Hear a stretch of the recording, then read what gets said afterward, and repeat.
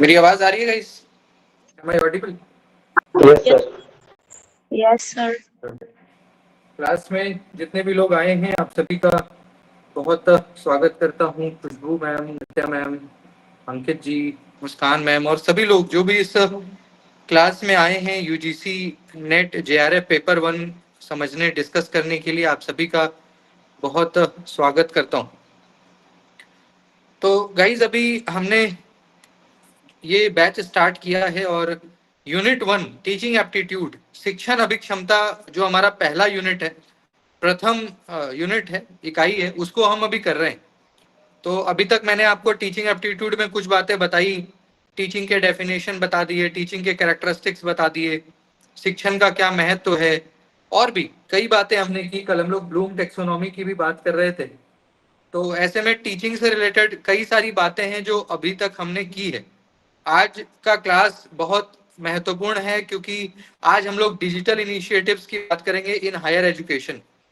यानी टीचिंग में जो डिजिटल इनिशिएटिव आया है करंटली, अभी प्रैक्टिस में है, और कई सारे ऐसे इनिशिएटिव्स हैं जिसको लाया गया है टीचिंग को बेहतर बनाने के लिए, अच्छा सुगम बनाने के लिए, टीचिंग को ईज और फास्ट कर बनाने के लिए।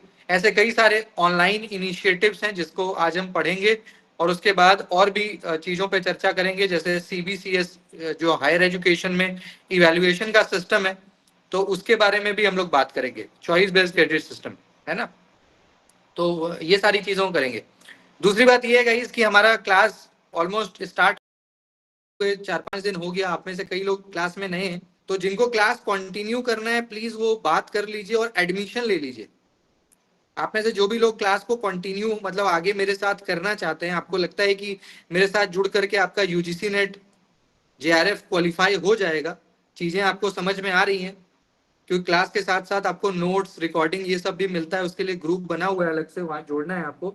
तो जो भी लोग क्लास में आ रहे हैं और उनको लगता है कि भाई मेरे साथ आपकी ठीक जोड़ी बैठेगी, यूजीसी नेट के कॉन्टेक्स्ट में ठीक ठाक हम लोग पार्टनरशिप में आप एग्जाम क्वालिफाई कर लेंगे, तो प्लीज आप बात कर लीजिएगा मेरे से व्हाट्सएप पे, फोन पे, और जो भी सिस्टम है उसको समझ करके एडमिशन ले लीजिए, है ना। तभी आप क्लास को कंटिन्यू कर पाएंगे। ऐसे कई सारे स्टूडेंट्स होते हैं, मान लीजिए कि कई बार ये चीज, क्योंकि आप सभी लोग सीनियर हैं, सभी मास्टर, तो ये हर दिन तो बोलना ठीक नहीं है ना। कुछ कुछ ऐसे बेवकूफ स्टूडेंट्स होते हैं जो मान लीजिए बात किया, वहां कह रहे हैं सर ये बात आप क्लास में क्यों नहीं बोलते, इसका मतलब आप मेरे को ही बोल रहे हो। आप समझ रहे हो? तो एक से एक हमारे यहाँ पे वर्ड है बिस्खोपड़ी, मतलब एक से एक मताल किस्म के लोग हैं। मताल किस्म, मताल का मतलब क्या होता है? जो दिमाग से पैदल होता है। तो ऐसे ऐसे भी विद्यार्थी हैं जिनमें मोरल की काफी कमी है।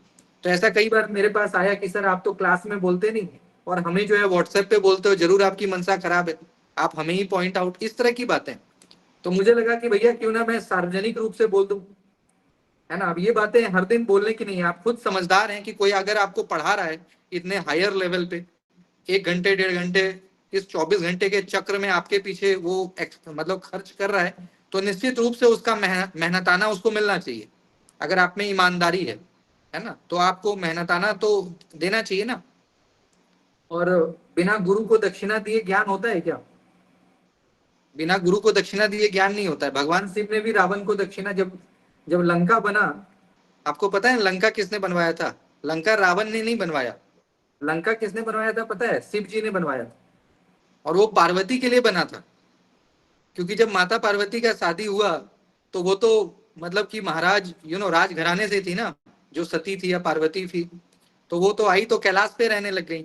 तो उनको बड़ा ऑकवर्ड लगा कि भाई, और जो और भी जो मान लीजिए गॉडेस हैं, लक्ष्मी है, सरस्वती है, सबके पास अपना महल है और सब अच्छे से रहती हैं, है ना। और मुझे जो है पहाड़ पे रहना पड़ रहा है। तो उन्होंने डिमांड किया कि भाई मेरे लिए कुछ अच्छा बनाया जाए कि मैं भी रहूं अपना गृहस्थ जीवन। तो लंका भगवान शिव ने बनाया। लेकिन भगवान शिव जो थे वो क्या है, वो बड़े मतलब ऐसे हैं जिनको किसी चीज से कोई मतलब नहीं, है ना, बड़े मतलब वियोगी किस्म के थे। तो वहां पे हमारे में ये रिचुअल होता है, जब नया घर बनता है तो किसी से उसका गृह प्रवेश हम लोग करवाते हैं। तो रावण उस टाइम पे भगवान शिव का ही घर था, तो कुछ कोई ऐसा पंडित आएगा ना जो बहुत महान, बहुत विद्वान हो। तो रावण उस टाइम पे माना जाता था कि सबसे विद्वान वही है। तो उनको बुलाया गया, उन्होंने गृह प्रवेश करवाया। तो भगवान शिव को लग रहा था कि भाई कितना अच्छा, हम कैलाश पे रहते हैं, पता नहीं कहाँ आके रहना पड़ रहा है। क्योंकि वो तो भाई कैलाश पे ही वो खुश हैं, वहीं उनका रहने का ठिकाना है। उनको लग रहा था कि अब अपनी वाइफ के चक्कर में मुझे यहाँ आना पड़ेगा, सोने की लंका में, श्रीलंका में आके रहना पड़ेगा। तो हालांकि रावण ने, उन्होंने पूछा क्योंकि पूजा पाठ के बाद कि भाई आपको क्या चाहिए दक्षिणा, क्योंकि आपने पूजा कराया। तो उन्होंने कहा कि मुझे आप यही दे दीजिए, जिसका मैंने गृह प्रवेश करवाया यही मुझे दे दीजिए। तो उन्होंने लंका मांग लिया। तो उसी दिन से रावण का लंका हो गया, है ना। तो ये मैं इसलिए ये बता रहा हूँ क्योंकि आप जो क्लासेस वगैरह कर रहे हैं तो उसमें एडमिशन ले लीजिए प्रॉपर, है ना। तभी आप चीजों को अच्छे से कर पाएंगे और मैं भी आपको करा पाऊंगा, दोनों बात। तो प्लीज आप सभी से ये दरख्वास्त और रिक्वेस्ट है कि जो मान लीजिए जिनका 2 दिन 3 दिन हो गया, तो मुझे लगता है वो मुझे समझ पाए होंगे कि मैं आपके लिए कितना फिट बैठता हूँ, आपके जीवन के लिए मैं कितना फिट और सटीक हूँ, आप शायद समझ पा रहे होंगे। तो एक बार बात करके और एडमिशन ले लीजिए। उससे क्या है कि आपको नोट्स वगैरह भी मिलने लग जाएगा और क्लास की रिकॉर्डिंग वगैरह है वो भी, और भी कई सारी चीजें हैं जो मैं देता हूँ, उसके लिए अलग ग्रुप भी बनाया है अभी। तो वहां भी आपको मैं जोड़ लूंगा, तो वो सारी चीजें आपको मिलेंगी, ठीक है। तो ये क्लियर होना चाहिए, मुझे ऐसा लगता है, ताकि किसी को ऐसा ना लगे कि भाई मैं इंडिविजुअली किसी को बोल रहा हूँ, उनको लगे कि यार सर मुझे क्यों कह रहे हैं। तो सार्वजनिक रूप से ये बहुत मतलब ये चीजें बड़ी नोन है, लेकिन हम लोग कई बार होता है ना, जान के भी अनजान बनते हैं। हमें बहुत सारी चीजें पता होती है लेकिन हम लोग जानबूझ के क्या बनते हैं, अनजान, कि यार हमें तो नहीं पता। तो इसलिए मैंने ये चीजें, इसकी सार्वजनिक घोषणा कर दी। सार्वजनिक घोषणा इसकी इसकी करना मतलब आवश्यक था। खैर, हम लोग इस क्लास को स्टार्ट करते हैं। आगे फिर हम लोग चर्चा करेंगे विभिन्न विषयों पे। तो आज का जो क्लास है गाइस, ये बड़ा महत्वपूर्ण है। जैसा कि मैंने आपको बोला, आज कई सारे इनिशिएटिव्स मैं आपको बताऊंगा जो कि एग्जाम में आपका जरूर आता है। कई सारे ऐसे मैं इनिशिएटिव्स आपको बताऊंगा जो एग्जाम में आपका निश्चित रूप से पूछा जाता है। और हायर एजुकेशन में ये सारे जो इनिशिएटिव्स है ना, ये बड़े इंपॉर्टेंट हैं, है ना। क्योंकि गाइस आपको मैंने पहले ही बता दिया है कि आज के समय में, आज के काल में आप अगर देखेंगे तो टीचिंग के अंदर क्या हो गया कि हम लोग ऑनलाइन इनिशिएटिव को बहुत प्रीफर कर रहे हैं।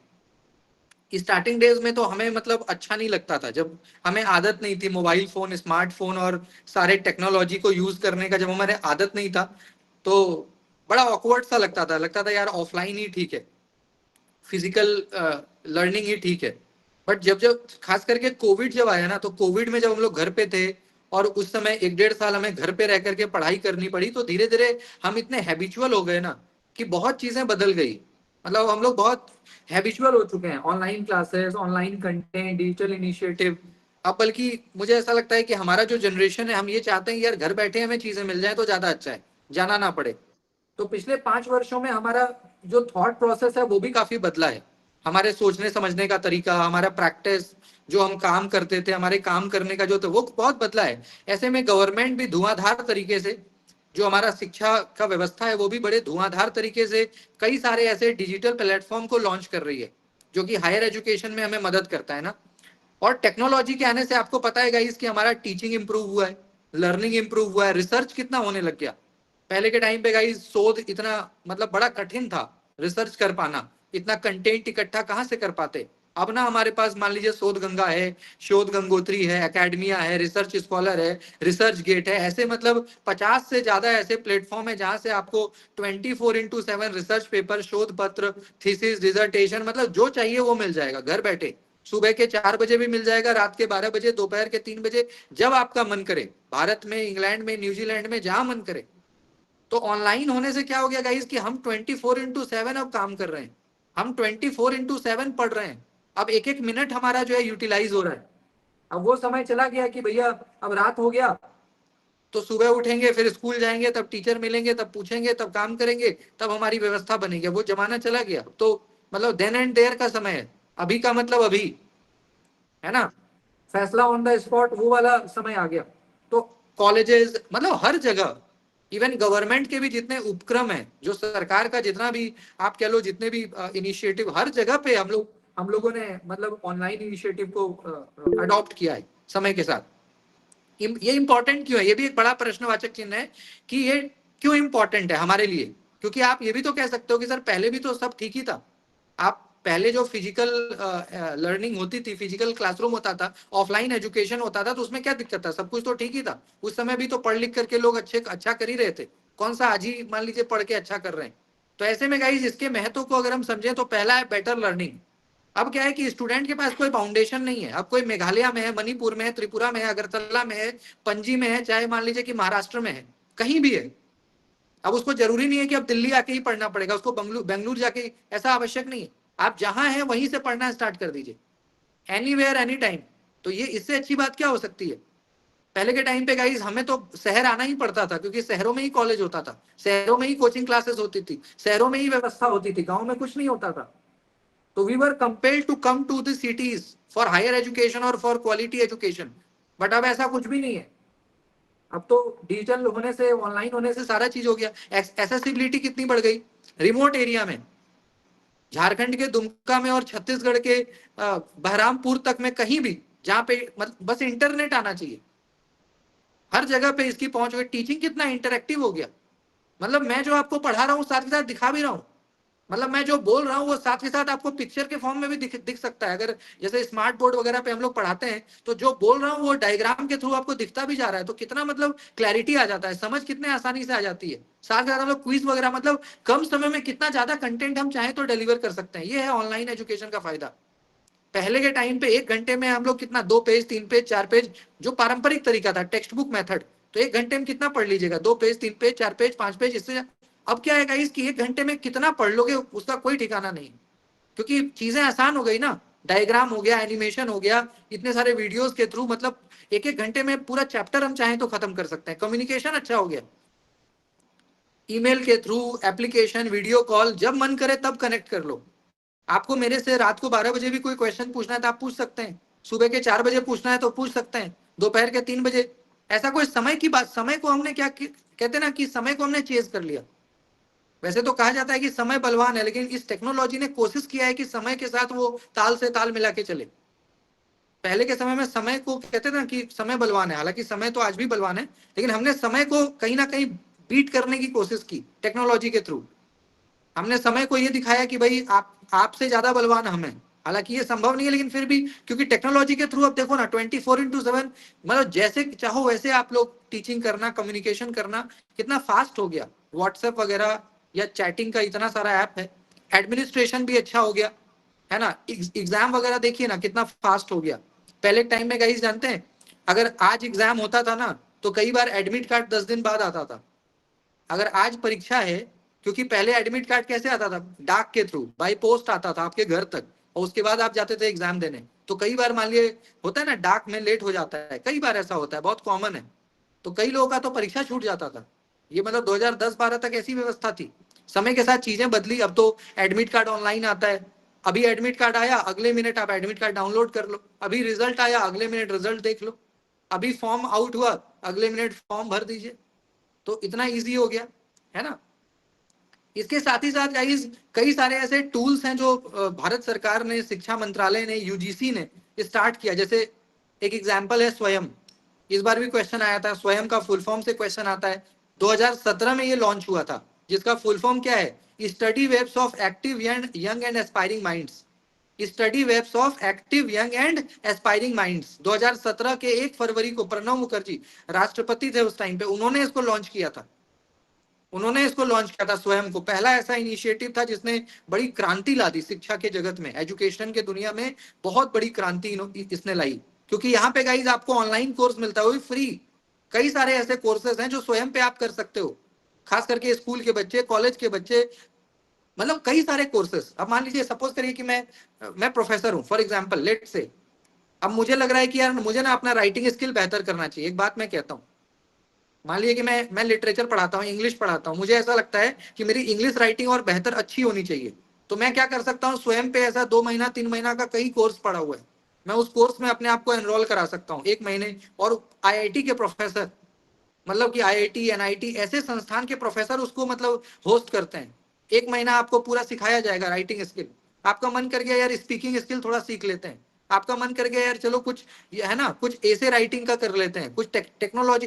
तो स्वयं पे गाइस ऐसे एन नंबर ऑफ कोर्सेस हैं, एन नंबर ऑफ कोर्सेस हैं। और इसको होस्ट कौन करते हैं, बड़े बड़े यूनिवर्सिटी के प्रोफेसर, जो मतलब बड़े सीनियर प्रोफेसर हैं, 15-15 20-20 साल का एक्सपीरियंस है, वो लोग होस्ट करते हैं। 1 महीना, 1.5 महीना, 2 महीना प्रॉपर क्लासेस चलती है, फिर एग्जाम होता है, फिर आपको डिग्री मिलता है। उसके बाद आप उसको कहीं इंटरव्यू में लगाइएगा तो उससे आपको जॉब मिलेगा, इस तरह की चीजें। तो ये फायदा हो गया, आप अपना स्किल डेवलपमेंट करते रहो। आईआईटी, आईआईएम, इस तरह के यूनिवर्सिटीज के जो टॉप टीचर्स हैं, टॉप टीचर्स, उन लोगों के द्वारा कोर्स डिजाइन किया जाता है। एनपीटीईएल, दूसरा है गाइस एनपीटीईएल, है ना, national programme on technology enhance learning. खास करके ये इंजीनियरिंग के बच्चों के लिए बड़ा काम का चीज है। जो इंजीनियरिंग के छात्र हैं, जो साइंस के छात्र हैं, जो टेक्निकल बैकग्राउंड के स्टूडेंट हैं, उसके लिए यहाँ पे वीडियो लेक्चर प्रोवाइड करता है एनपीटीईएल। क्योंकि इंजीनियरिंग कोर्स तो और भी टफ है ना। इंजीनियरिंग तो मैं समझता हूँ सबसे टफेस्ट पढ़ाई है तो इंजीनियरिंग का सिलेबस है, क्योंकि बहुत पढ़ना पड़ता है, इतना सारा मतलब कंटेंट है उसमें। तो उसके लिए एनपीटीईएल जैसा प्लेटफॉर्म है, national programme on technology enhance learning, video lecture पढ़ा हुआ है कि भाई टफ से टफ कंटेंट है, एनपीटीईएल पे देखो और उसको देख करके करिए आप, है ना। ऐसे ही एक ईपीजी पाठशाला करके है गाइस, ये तो हम लोगों के लिए भी है। हम और आप भी इसको यूज कर सकते हैं जो नॉन टेक्निकल बैकग्राउंड के लोग हैं, ह्यूमैनिटीज वाले। तो ये गाइस खास करके पोस्ट ग्रेजुएट, जिसमें हम लोग आते हैं ना, मास्टर्स वाले जो हैं, एमए, तो उन लोगों के लिए है, खास करके आर्ट के लिए, साइंस, सोशल साइंस के लिए। यहाँ भी आपको गाइस वीडियो वगैरह मिल जाएगा, यूट्यूब पे भी है ये तो ईपीजी पाठशाला। ईपीजी पाठशाला का अपना एक प्लेटफॉर्म भी है, यूट्यूब पे भी एक चैनल है ईपीजी करके, वहां पे भी आपको खास करके मास्टर्स लेवल का कंटेंट आपको यहाँ पे वीडियो लेक्चर के थ्रू मतलब मिल जाएगा। ऐसे ही गाइस एक दीक्षा है, दीक्षा, DIKSH, दीक्षा क्या है गाइस, ये भी डिजिटल प्लेटफॉर्म है टीचर और स्टूडेंट के लिए। ठीक है, यहाँ भी आपको ई बुक मिल जाएगा। दीक्षा पे अगर आप जाइएगा, गूगल पे सर्च करेंगे दीक्षा, उसका होम पेज पे जाएंगे तो वहां पे भी आपको ई बुक मिल जाएगा। ऑनलाइन का डाउनलोड कर लीजिए, कर लीजिए, ठीक है, मतलब जो भी पीडीएफ नोट चाहिए, मॉक सेशन चाहिए, whatever you need that you will get here on Diksha. ठीक है, ऐसे ही नेशनल डिजिटल लाइब्रेरी है ना, ये भी गाइस दीक्षा की तरह है, जहाँ पे ऑनलाइन लाइब्रेरी आ गया। क्योंकि हमें तो ऑनलाइन पढ़ने की आदत धीरे धीरे हो रही है ना, मेरी तो अभी तक नहीं हुई है, लेकिन जो नए जनरेशन के जो स्टूडेंट्स आ रहे हैं उनकी तो हो गई है। अब मैं देखता हूँ कई सारे लोग खरीदते भी लेके आते हैं। आप लोग कल भी क्लास किसी ने मेरे से पूछा कि सर पेपर 1 का बुक खरीदना जरूरी है क्या। अब देखिए अगर ये प्रश्न आज से 10 साल पहले कोई पूछ सकता था, किसी की हिम्मत थी कि ये क्वेश्चन पूछे कि सर आप जिस कंपटीशन की तैयारी कर रहे हो उस कंपटीशन की बुक खरीदना जरूरी है, ऐसा प्रश्न आज से 10-12 साल पहले आप मतलब इतनी हिम्मत हमारी हो रही है कि हम पूछ सकते। पर आज टाइम में अवेलेबिलिटी हो गई ना, अब ऑनलाइन पीडीएफ अवेलेबल है, तो स्टूडेंट को लगता है कि यार जब ऑनलाइन अवेलेबल है क्यों खरीदें। मान लीजिए ऑनलाइन हमारे पास बुक है तो हम क्यों खरीदें, हम ऑनलाइन ही पढ़ लेंगे लैपटॉप पे। लेकिन ये देखिए आदत की बात है, सबका अलग अलग होता है। अब मुझे क्या है कि मुझे चाहिए ये बुक, मैं ऑनलाइन नहीं पढ़ना ज्यादा देखता, मतलब बुक के थ्रू मुझे चाहिए उसको अंडरलाइन करना क्या चीजें हैं। अब किसी को क्या है वो यूज टू हो गए, उनको लगता है कि भाई मुझे है ना ऑनलाइन ही में मुझे बुक की जरूरत नहीं है, मैं ऑनलाइन। तो it depends upon your interest और आपकी क्या कैपेबिलिटी है, उस अकॉर्डिंग आप करते हैं। पर ये जो चीज है तो इसमें आपको किताब मिल जा रहा है, आर्टिकल है, वीडियो है, डॉक्यूमेंट है, और हर एक मतलब हम कह सकते हैं कि बचपन से 55 तक के उम्र के लोगों का यहाँ पे कंटेंट आपको अवेलेबल है national digital library of India. छोटे बच्चों का भी अवेलेबल है, और जो 55 मतलब की जो सीनियर सिटीजन वाली कैटेगरी में अब जाने की स्थिति में उनका भी कंटेंट चाहिए मिल जाएगा नेशनल डिजिटल लाइब्रेरी, क्योंकि नाम ही है इसका ऑनलाइन लाइब्रेरी। ठीक है, तो ये चीजें आप मान लीजिए आप जिस कॉलेज वगैरह में पढ़ते हैं तो वहाँ की लाइब्रेरी में आपको आईडी पासवर्ड वगैरह कई बार मिलता है ना, तो वो लोग इधर से आईडी पासवर्ड या आपको खुद से लॉगिन करना पड़ता है, तो यहाँ पे आपको बहुत मिल जाएगा। ऐसे ही गाइस वर्चुअल लैब क्या है, वर्चुअल लैब में गाइस क्या हो गया कि पहले तो ऑफलाइन लैब ही होता था ना, खास करके साइंस में जो लोग जो फिजिक्स का स्टूडेंट है, जो केमिस्ट्री पढ़ता है या जो बायोलॉजी पढ़ता है, खास करके साइंस के विद्यार्थियों के लिए लैब तो जरूरी है। हम आपको चलो लैब लाइन भी जाएंगे तो आपको लैब लेके क्या करना, लेकिन जो साइंस का बच्चा है, जो साइंस पढ़ने वाला है, उसको तो लैब चाहिए ना, वो तो बिना लैब क्या करेगा। तो ऐसे में गाइस अब क्या हो गया, ऑनलाइन लैब भी आ गया, वर्चुअल लैब आ गए, खास करके साइंस और इंजीनियरिंग के बच्चों के लिए कि भैया वो बैठे भी अब लैब ले सकता है। ये कोरोना में बहुत ट्रेंड में आ गया, क्योंकि उस टाइम कॉलेज वगैरह था तो ऑनलाइन लैब खुला, और आज के टाइम में 400 से ज्यादा वर्चुअल लैब चल रहे हैं। आईआईटी, एनआईटी है ना, बड़े जो इंजीनियरिंग कॉलेजेस रहते हैं, या IISc, Indian institute of science Bengaluru, मतलब जो भी साइंस से रिलेटेड कॉलेजेस है वहाँ पे इसका खूब भरपूर मतलब प्रयोग होता है वर्चुअल लैब। ऐसे ही है guys FOSSEE, FOSSEE, free and open source software in education. ये क्या है गाइस, ये भी एक लगा सॉफ्टवेयर है, गवर्नमेंट की तरफ से आपको मिलता है लर्निंग और रिसर्च के लिए। आप लर्निंग भी करिएगा और रिसर्च करना है ना, फॉसी को यूज करो, कुछ सीखना है, तो सारे ये ऐसे ही है, कुछ ना कुछ सिमिलैरिटी, क्योंकि आखिरकार है तो सारा एजुकेशन बेस्ड भी ना, जितने भी टूल्स हैं तो एजुकेशन बेस्ड, कहीं ना कहीं शिक्षा प्रोवाइड करना, कंटेंट प्रोवाइड करना, वीडियो देना, नोट देना, तो मिला के आपका कार्य जैसा ही है, ऑलमोस्ट कुछ ना कुछ अंतर बहुत है।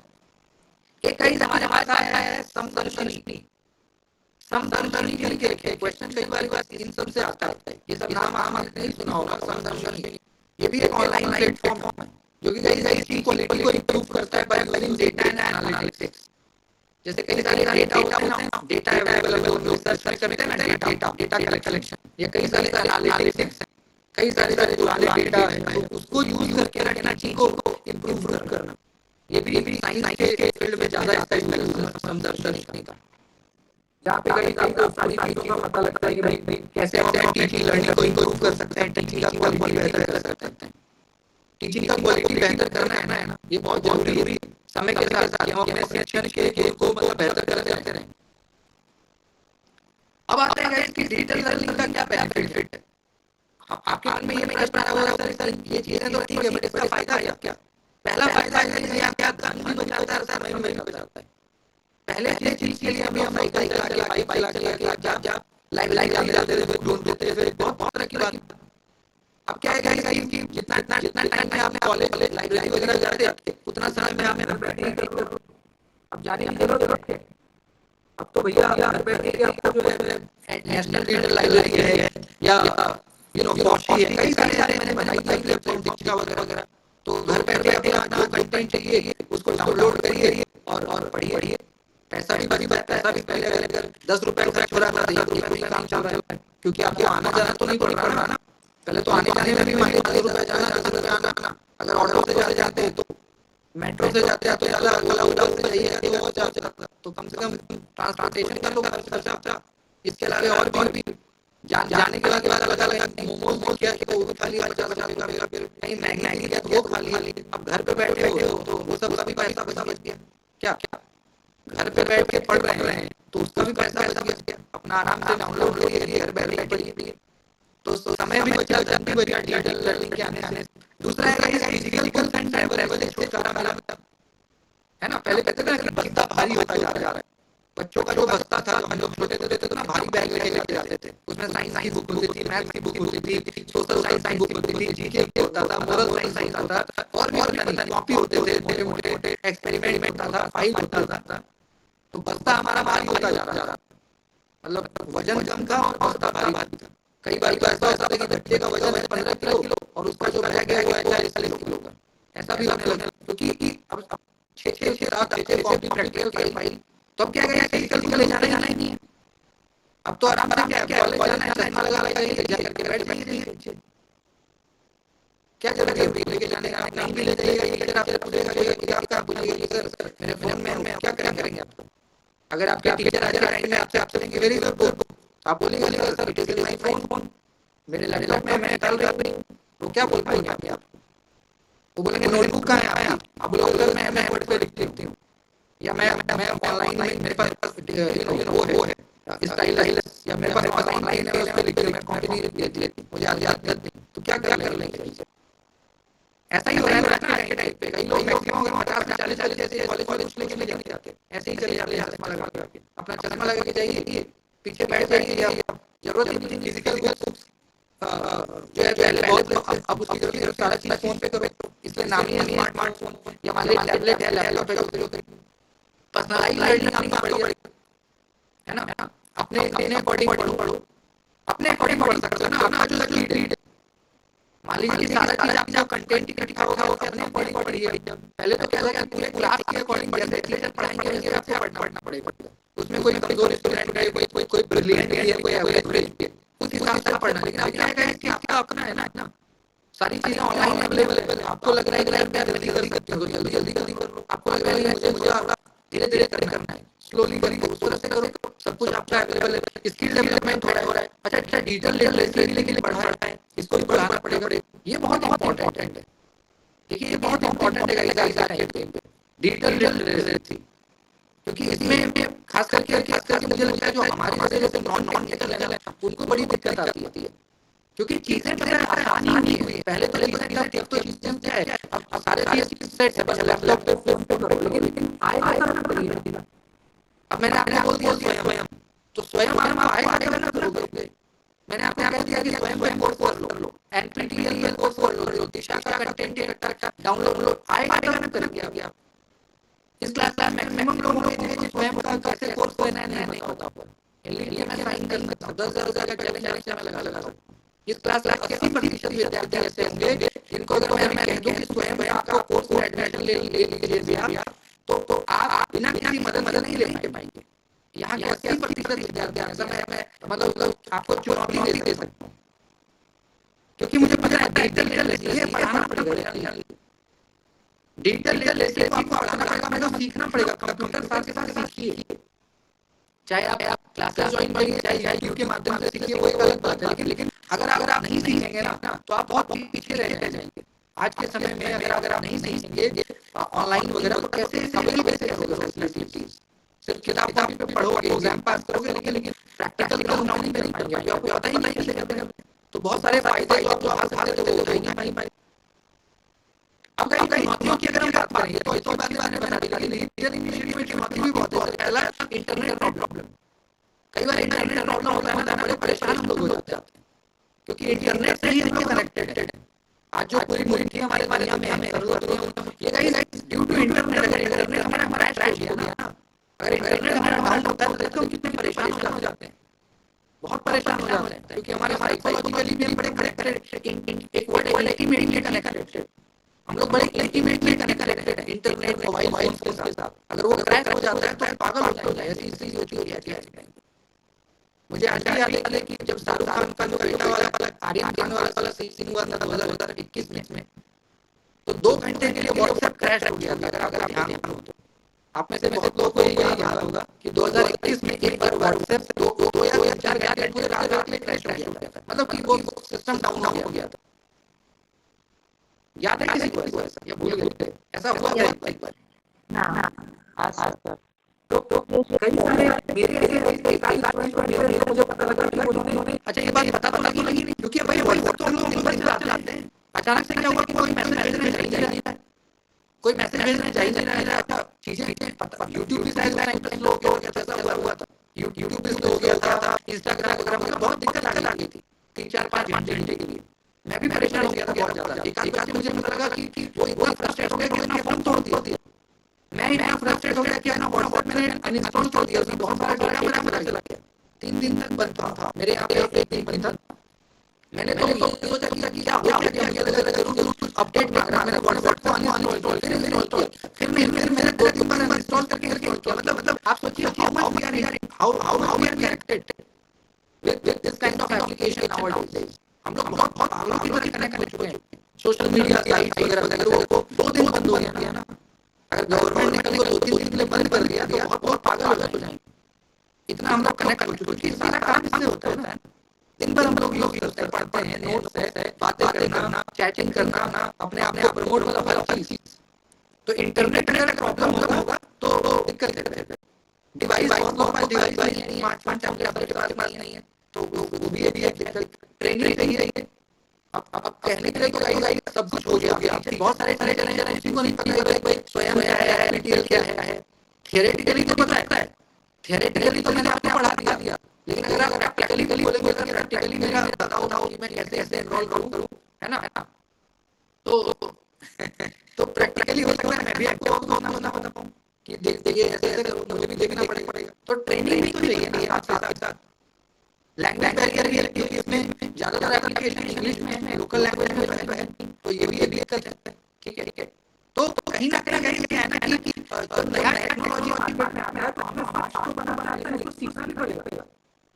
और कई चीजें पुरानी हो रही है, एआई का जमाना आ गया। ये जो चीजें मैं आपको पढ़ा रहा हूँ धीरे-धीरे ये पुराना होता जा रहा है। अब तो नया जमाना एआई का आ रहा है, उसमें तो और भी नए चीजें हो रहे हैं। अब तो हम लोग को एआई सीखना पड़ेगा। एआई से जो चीजें और भी जो उसको जानेंगे उसके लिए चीजें बहुत आसान होंगी, और जो नहीं जानेगा उसके लिए उतना ही टफ होगा, क्योंकि हर कुछ बदलने वाला है। 1 से 2 साल में आप देखिएगा सब कुछ बदल जाएगा, पढ़ने पढ़ाने मतलब हर चीज का सिस्टम एआई, क्योंकि आई धीरे-धीरे हर जगह से उसका मतलब कि अडैप्टेशन चल रहा है सारे इंस्टीट्यूशंस में। तो लगेगा 4-5 साल, लेकिन धीरे-धीरे हम लोग उसको पढ़ रहे हैं। तो ऐसे में गाइस इतना फास्ट दुनिया इतनी तेजी से बदल रहा है, तो हम और आप उस चीज को सीखोगे तभी तो आप मतलब उसके साथ कदम से कदम और ताल मिला के चल पाइएगा, नहीं तो कैसे होगा, पीछे रह जाओगे। इसके फ्यूचर की भी बात करें गाइस तो अब आज में क्या हो गया कि गवर्नमेंट ने देखा कि भाई तो इंग्लिश और हिंदी काम नहीं चलेगा, तो रीजनल लैंग्वेज में भी आने लगे। अब कई सारी चीजें हैं जो रीजनल लैंग्वेज में भी आने लगी, आपके लोकल लैंग्वेज में भी चीजें एआई टूल जैसे चैट जीपीटी वगैरह है। अब चैट जीपीटी बहुत अच्छी चीज है, बहुत अच्छी चीज है। कई सारे यूपीएससी के सक्सेसफुल आईएएस कैंडिडेट उसने कहा कि चैट जीपीटी से नोट बनाना पड़ा। मतलब जो एआई था उसने क्या किया कि चैट जीपीटी पे क्वेश्चन डालता था, उसका आंसर आता था, उसके थ्रू उसने तैयारी की, मतलब काफी हेल्प हुआ। तो चैट जीपीटी बहुत अच्छी चीज है, हम लोग भी इससे कर सकते हैं। मान लीजिए आपको कोई दिक्कत आ रहा है, चैट जीपीटी से पूछो, बता देगा आपको आसान से, पढ़ लो। तो लेकिन आएगा तो चीजें तो बहुत आसान हो सकती है ये माध्यम, लेकिन आना भी तो चाहिए। अब आपको यूज करना है, यहाँ से करिए वर्चुअल रियलिटी। ठीक है, इसको भी हमने हालांकि समय के साथ स्वीकार किया है।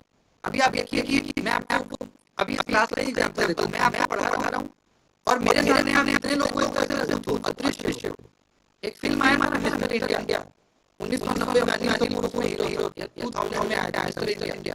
तो मिस्टर इंडिया सबको देख पाता था, लेकिन मिस्टर इंडिया जो था वो इनविजिबल मैन। मिस्टर इंडिया जो है वो सबको देख पाता था, लेकिन सब उसको नहीं देख पाते।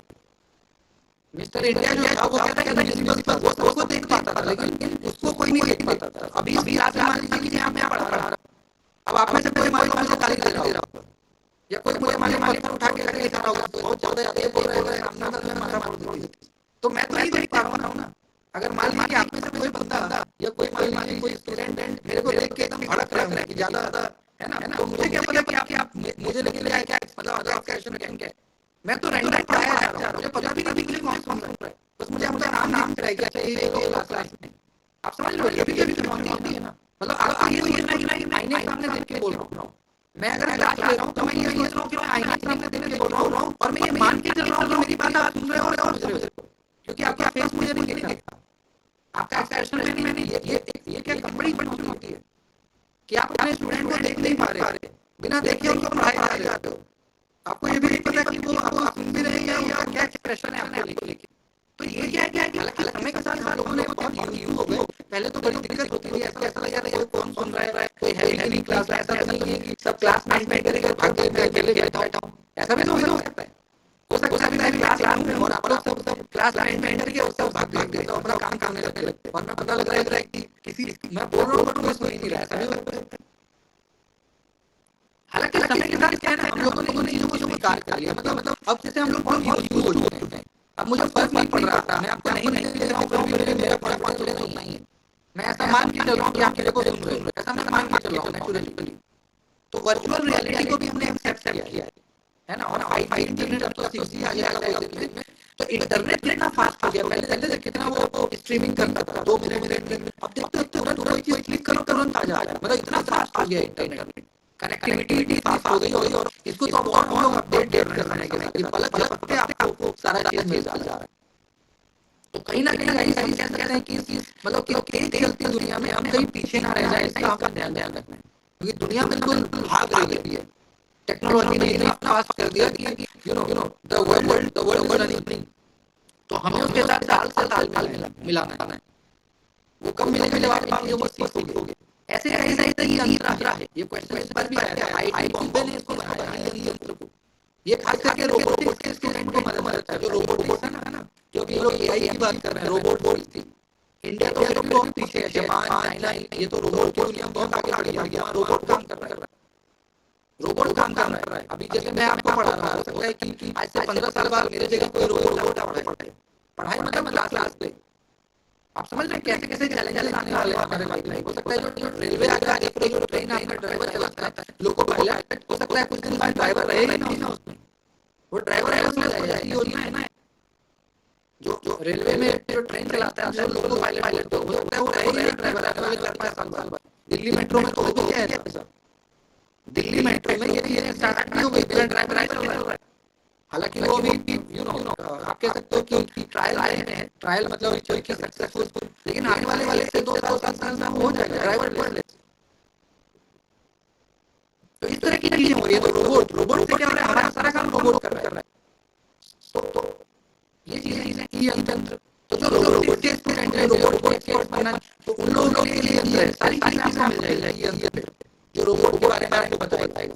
ऐसे स्पोकन ट्यूटोरियल है, कई लोग को लगता है भाई स्पोकन ऑनलाइन कोर्स वगैरह जैसे पाइथन हो गया, जावा है, सी प्लस प्लस है, माईएसक्यूएल है, लाइनक्स, जो कंप्यूटर से रिलेटेड होते हैं कोर्स, कई सारे जिसको आप प्रोग्रामिंग कहते हो या कोर्स कहते हैं, कंप्यूटर रिलेटेड कोर्स, सॉफ्टवेयर जैसे कई लोग पाइथन सीखते हैं, Java, MySQL, C plus plus, Linux, computer science. तो इस तरह की चीजें भी आपको अगर सीखनी है तो स्पोकन ट्यूटोरियल करके आईआईटी बॉम्बे ने भी इसको डिजाइन किया है, तो यहाँ पे आपको मिल जाता है। ठीक है, कोडिंग वगैरह, कोडिंग लैंग्वेजेस, कई सारे कोडिंग वगैरह जो आजकल कॉमन हो गए हैं। ठीक है, ऐसे कई इजी करके इसका फुल फॉर्म भी आया है, एग्जाम में आता है। इसी का फुल फॉर्म क्या होता है, कोई बता सकता है? Anybody what is the form of CEC? Anybody CEC का फुल फॉर्म क्या है? बिना इंटरनेट पे देख के बताना। देखिए लिखा भी हुआ है, आपने देखा, consortium for educational communication. CEC का फुल फॉर्म क्या है? Consortium for educational communication. ये कई बार एग्जाम में आपका आ भी चुका है। अगर कभी आप यूट्यूब पे सर्च करिएगा ना सीईसी, तो यूट्यूब का चैनल है, ये यूजीसी का अपना चैनल है। जैसे मान लीजिए मेरा चैनल है डायनेमिक प्रोफेसर उपासना में ड्रीम JRF के चला सबने कुछ ना कुछ अपना चैनल बनाया हुआ है। तो ऐसे ही सीईसी जो है यूजीसी का चैनल है, आधिकारिक रूप से। इसमें आपको कई सारे वीडियोस मिल जाएंगे, DU के प्रोफेसर, JNU, IIT, बड़े बड़े प्रोफेसर वहाँ पे टॉपिक वाइज लेक्चर में डाल रखा है और समय समय पे डालते रहते हैं। तो वो भी आपको मदद कर सकता है। कोई टॉपिक पढ़ना है, CEC पे जाके देख लो, बड़ा अच्छा कंटेंट मिल जाता है CEC पे। काफी क्वालिफाइड प्रोफेसर वहाँ पे वीडियो लेक्चर डाल जाते हैं, खास करके ह्यूमैनिटीज, साइंस, कॉमर्स, हर एक विषय का आपको मिल जाएगा। हमारे विषय का तो मिलता ही है CEC पे। ऐसे ही शोध गंगा तो आप लोग जानते होते हो, शोध गंगा जिसमें हमको थीसिस मिलता है। भारत में मेरी थीसिस होती है, पहले तो थीसिस जमा होता था और कहाँ जमा होने और कहाँ गया कोई नहीं जानता। आज के टाइम पे जो थीसिस आप सबमिट कर रहे हो सारा शोध गंगा में अपलोड हो जाता है। भारत में जितनी भी थीसिस मतलब PhD कंप्लीट होती है ना, तो सब शोध गंगा में अपलोड हो जाता है। इसका मतलब कि आप PhD करिएगा तो आप कोई टॉपिक सर्च करिएगा, से मिलता जुलता PhD भारत में हुआ है ना, वो सारा शोध गंगा में डाल जाएगा और हमारा भी करते हैं। शोध गंगा में आप जितने PhD इंडिया में हुए ना, वो सारे डाले हुए हैं। आप सर्च करिएगा तो आप पूरा PDF मिल जाएगा। उसको अच्छे से पढ़ो, देखो कैसे PhD किया जाता है, कैसे लिखा जाता है, कैसे कैरेक्टराइजेशन किया जाता है, उसको आइडिया लेके अपने से करिए। तो इन चीजों से क्या हुआ है, मदद बहुत हो गई है। आप चाहें तो खुद से मतलब कहते हैं कि आत्मनिर्भर, जो आत्मनिर्भर कहते हैं ना, सेल्फ डिपेंडेंट, वो बात वो चीजें हो गई शोध गंगा के आने से। आप रिसर्च में भी आत्मनिर्भर की तरफ बढ़ रहे हैं, क्योंकि हर कुछ डला हुआ है। देख लो क्या पैटर्न है, कैसे लिखना है, नहीं लिखना है, और उसको मतलब यूज करो फिर थीसिस वगैरह में। इसको कौन चलाता है? IFNet यानी इंफॉर्मेशन एंड लाइब्रेरी नेटवर्क। ये एक इनिशिएटिव है, इनका भी फुल फॉर्म आता है। इंफॉर्मेशन एंड लाइब्रेरी नेटवर्क एक प्लेटफॉर्म है जो कि इसको चलाता है, शोध गंगा और शोध गंगोत्री। शोध गंगा का एक छोटा भाई है शोध गंगोत्री। शोध गंगोत्री पे आपको क्या मिलता है? सिनॉप्सिस।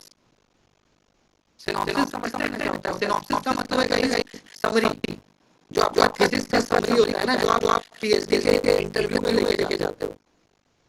सिनॉप्सिस होता है वो 10 से 12 पेज का, थीसिस होती है 300 पेज का होता है। तो सिनॉप्सिस क्या है? एक शॉर्ट समरी है थीसिस का, वो आपको शोध गंगोत्री पे मिलेगा। आप में से जो भी लोग PhD इंटरव्यू में जाएंगे तो आपको यही रिसर्च प्रपोजल कह लो, सिनॉप्सिस कह लो, ये लेके जाना पड़ता है, जो 10-12 पेज का होता है। वो आपको शोध गंगोत्री पे मिल जाएगा, कई सारे सैंपल।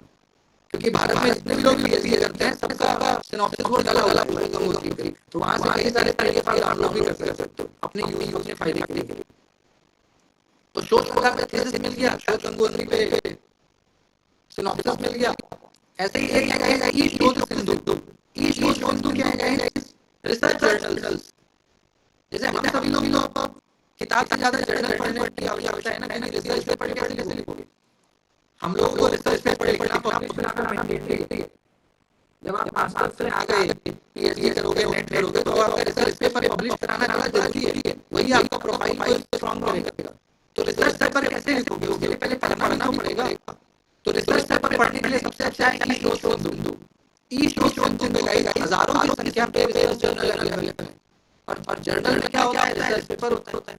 अब जर्नल डाउनलोड करिए, रिसर्च पेपर पढ़िए और उससे आइडिया लो और फिर पेपर लिखो। और ना सिर्फ रिसर्च जर्नल बल्कि किताबें भी ऑनलाइन मिल जाती हैं, कई सारे डेटाबेस वगैरह मिल जाता है, जो पुराने डेटा वो मिल जाता है।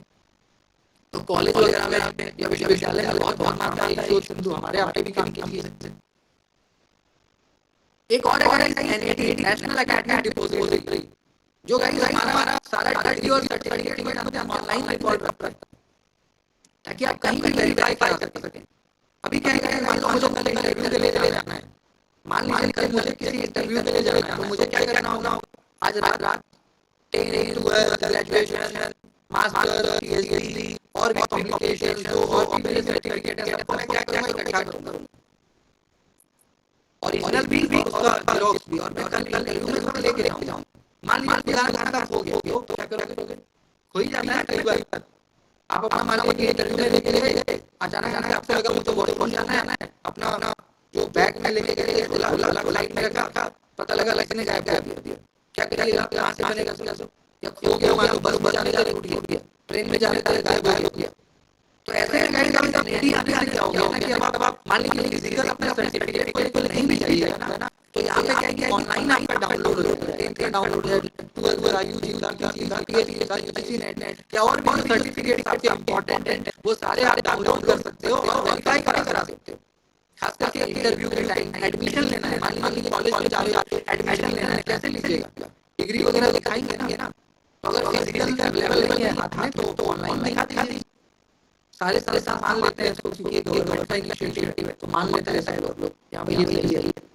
ऐसे गाइस एबीसी है यानी एकेडमिक बैंक ऑफ क्रेडिट, जैसे हमारे पास हम सभी का बैंक अकाउंट होता है ना, एसबीआई में, बैंक ऑफ बड़ौदा में, या मान लीजिए कि नेशनल बैंक वगैरह में, पीएनबी वगैरह में, जो भी तो बैंक ऑफ बड़ौदा ऐसे गाइस एबीसी है guys academic bank of credit. यहाँ पे गाइस आप मान लीजिए ग्रेजुएशन आपने किया, आपने मास्टर्स किया, पीएचडी, तो जितना आप पढ़ते जाइएगा उतना आपका क्रेडिट ऐड होता जाता है, उतनी आपकी योग्यता बढ़ती जाती है।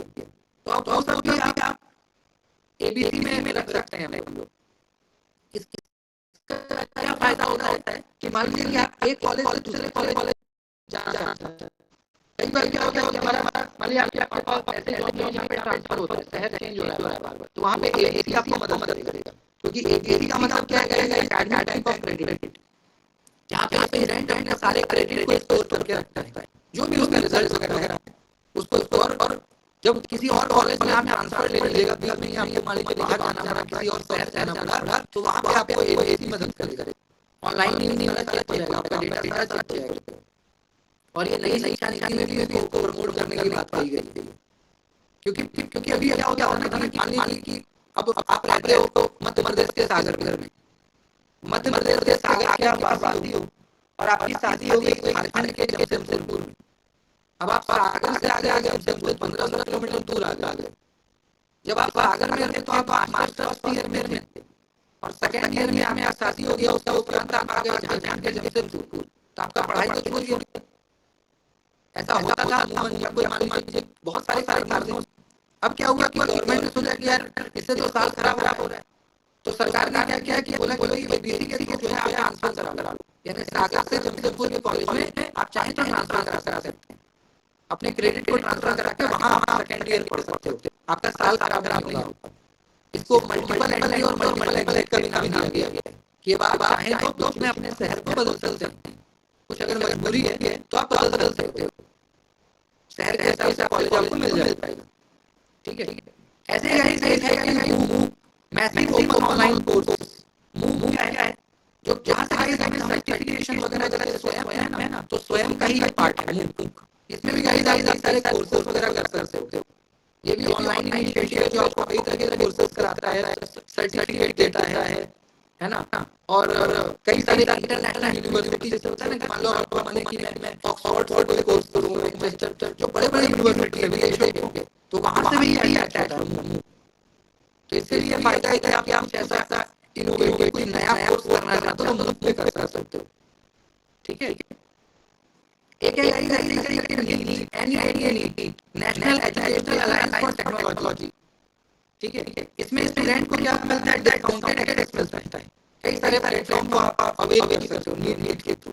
National educational alliance for technology, ये भी इंजीनियरिंग के छात्रों के लिए ज्यादा लाभदायक बेनिफिशियल है, क्योंकि आप यहाँ पे डिस्काउंट या कम से कम रेट पे या फ्री में भी कई सारे स्किल डेवलपमेंट कोर्सेज को कर सकते हो नीट के थ्रू। ऐसे ही विद्वान आप लोगों को पता है कि विद्वान ये कई बार एग्जाम में आने लास्ट ईयर आया था विद्वान क्या है, तो विद्वान क्या है कई सारे रिसर्चर्स के आपको डेटाबेस मिल जाएंगे, उनका मेल आईडी, कांटेक्ट नंबर। ऐसा कई बार होगा कि हमें लगता है यार कि हम किसी के साथ जुड़े, तो ऐसे में गाइस आपको नेशनल लेवल पे, राष्ट्रीय स्तर पे कई सारे डेटाबेस मिल जाते हैं, रिसर्चर्स के, फैकल्टी मेंबर्स के, या कोई वैज्ञानिक है मान लीजिए, तो उन लोगों का डेटाबेस मतलब कांटेक्ट मेल आईडी वगैरह ये नहीं रहता आपको, तो उसके थ्रू आप चाहें तो सब साथ सकते हो। अगर आपको लगता है मेरे काम का कोई है तो आप कांटेक्ट को मेल के थ्रू कर सकते हो। ठीक है, इससे क्या फायदा होता है, जैसे मान लीजिए कई सारे बड़ी यूनिवर्सिटी में जो प्रोफेसर होते हैं ना, उनका प्रोजेक्ट आता है। मान लीजिए मेरे अंदर यूजीसी का कोई प्रोजेक्ट आया, मैंने किसी प्रोजेक्ट में अप्लाई किया, यूजीसी का कोई प्रोजेक्ट है जिसमें मैंने अप्लाई किया, उस प्रोजेक्ट के लिए मान लीजिए 50 लाख रुपए मिला, 2 साल का प्रोजेक्ट, मुझे उसके लिए 10 बच्चे चाहिए, जो मास्टर्स में हो कम से कम, तो मैं 10 बच्चों को वहाँ ढूंढूंगा। या तो मान लीजिए मेरा प्लेटफॉर्म है, तो मैं मान लीजिए ऐसे में क्या होता है कि आप जो बड़े प्रोफेसर होते हैं उनके थ्रू उनके पास ऐसे कई सारे प्रोजेक्ट होते हैं, तो कई सारे स्टूडेंट क्या करते हैं ना, इस तरह के प्रोफेसर के टच में रह के उनको कुछ ना कुछ प्रोजेक्ट मिल जाता है, उनके महीने का मतलब उनको जेआरएफ के बराबर पैसा भी मिल जाता है और वो किसी सरकारी प्रोजेक्ट में काम भी कर लेते हैं, आगे जॉब में भी उनको फायदा हो जाता है उसका। तो ऐसे में आपको विद्वान मदद करते हैं कि आप रेनाउंड फैकल्टी के टच में रहते हैं, तो उनसे बातचीत स्थापित करके कुछ अगर ऐसा प्रोजेक्ट आया है तो उस पर भी आप काम कर सकते हो, उनके साथ ग्रुप्स वगैरह में कोई ऐसा रिसर्च का टॉपिक विषय है। ठीक है, तो ये सारे वर्चुअल लर्निंग प्लेटफॉर्म है। ठीक है, मुझे भी मिला है, पैसे में इनको मिला है, ये भी पीएचडी कर रही हैं तो इनको मिला है। ठीक है, तो ये चीजें मिल जाती हैं। ऐसे ही और भी कई सारे, जैसे ज्ञानवाणी भी आया है एक बार में, ज्ञानवाणी ये भी अभी आया था लास्ट ईयर। ज्ञानवाणी क्या है? तो ज्ञानवाणी क्या है, एफएम रेडियो चैनल है, नेशनल एफएम रेडियो चैनल। जैसे लोग एफएम सुनते हैं ना, एफएम 99.1, एफएम 99.2, तो उसी प्रकार से ज्ञानवाणी ये यूजीसी का इनिशिएटिव है, जो कि एफएम रेडियो चैनल है, जहाँ पे क्या करता है, आपको एकेडमिक कंटेंट देता है। ये ऐसा एफएम है जहाँ पे आपको शिक्षा से संबंधित कंटेंट मिलेगा। तो ये रिमोट एरिया, तो मतलब पहले के जमाने में रेडियो चलता था, पहले के जमाने में चलता ना रेडियो हमारे सभी के पास होता था, अंधेरे में रखे लोग थे, सुनते रहते दिन भर। जैसे कि लोग फोन पर रखते हैं ना, और तो उसी 1990 के जमाने में रेडियो होता था, बहुत बड़ा समस्या होता था। 1990 के जमाने में जिसके पास रेडियो होता था वो अपने आप में बहुत बड़ा व्यक्ति अपने आप को समझता था, क्योंकि दिन रात रेडियो लोग फोन रखते हैं ना यहाँ पे, ऐसे ही रेडियो का कंधे पे रख के लोग दिन भर कुछ ना कुछ गाना या क्रिकेट चलता रहता था, पुरानी न्यूज़ हो गया। तो उसी प्रकार से ज्ञानवाणी समय बदला, तो फोन वगैरह का सिस्टम आ गया, तो ऐसे में ज्ञानवाणी एफएम ऑनलाइन आप ईयरफोन लगा के और एजुकेशनल कंटेंट सुनते रहिए। ठीक है, ऐसे ही NMEICT, national mission on education through ICT. ठीक है, एनएमईआईसीटी इसका भी फुल फॉर्म आता है, लिख लीजिए आप लोग, national mission on education through information and communication technology, NMEICT. ये भी कई शिक्षा मंत्रालय का इनिशिएटिव है, जिससे कि हम लोग एजुकेशन माने शिक्षा को बेहतर कर सकें, अच्छा कर सकें। ठीक है, देखिए हमारे घर में अभी रेडियो है, मेरे घर में चोरी हुआ था 2005 में, तभी हम लोग बहुत छोटे थे। चोरी मतलब ऐसा हुआ था कि जिसको कहते हैं पहले टाइम में चोरी होने टाइम में डकैती होता था, हालांकि वो चोरी 2005 में कितना साल का 9-10 साल का था। हम सब लोग सो रहे थे, रात 2 बजे चोर घुसा था। चोरों की संख्या 7-8 की थी, सारा सामान ले गया, लेकिन सबसे ज्यादा मेरे पिताजी को रेडियो लगे, जो उनको दहेज में मतलब दहेज मिला शादी में मिला था रेडियो के बाकी। तो सुबह हम लोगों ने बोले बुलाया गया, क्या तो रेडियो भी आएगा, रेडियो के बाकी। तो रेडियो का बड़ा महत्व था, किसी का शादी वगैरह हो रहा था तो 100 से रेडियो दिया जाता कि वहाँ पे मतलब ये मैं 1980 की बात कर रहा हूँ, उस दौर में रेडियो का इतना क्रेज, किसी को रेडियो में पता था तो बड़ी बात था। तो समय बदल रहता है ना, अब समय बदल गया, रेडियो को मैं तो नहीं, पर एक जमाना था ऐसा 40-50 साल पहले। तो ये चीज नहीं है। इसके अलावा एक IRR इरिंस करके Indian research information network system, IRINS, जो आपको रिसर्च प्रोवाइड कई सारी ऐसी चीजें हैं जो फैकल्टी मेंबर्स का प्रोफाइल आप देखते हो, कहीं भी आप पीएचडी करने जाते हो तो आप फैकल्टी मेंबर का प्रोफाइल देखते हो, क्या भाई इस फैकल्टी ने किस टॉपिक पे रिसर्च किया, प्रोफाइल कितना स्ट्रांग है, इसके साथ हमें फायदा आएगा ही नहीं, है ना। हाँ, एसी आपको मिल रहा है एसी। अब आज के टाइम पे उसकी लोग एसी और एफएम के चक्कर में मत पड़ी। आजकल क्या हो रहा है, पता लगेगा कि डब्बा में 15-20 आपका टुकड़ा मिलेगा, इसलिए भी सब बहुत पुरानी बात हो गई। Indian research information network system. ठीक है, तो ये अब क्या है, फैकल्टी मेंबर्स का जो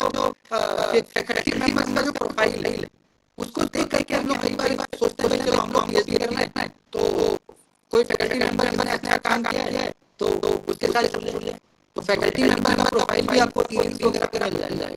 तो ऐसे में आप ढूंढ सकते हो ना जिसका मान लीजिए कि रिसर्च प्रोफाइल अच्छा है, उनके साथ रहने से क्या बहुत फायदा है, क्योंकि उनके साथ जाइएगा तो वो आपको आगे लेके जा सकते हैं, कई तरह का प्रोजेक्ट दिलवा सकते हैं, तो आपका भी आगे लाभ हो जाएगा।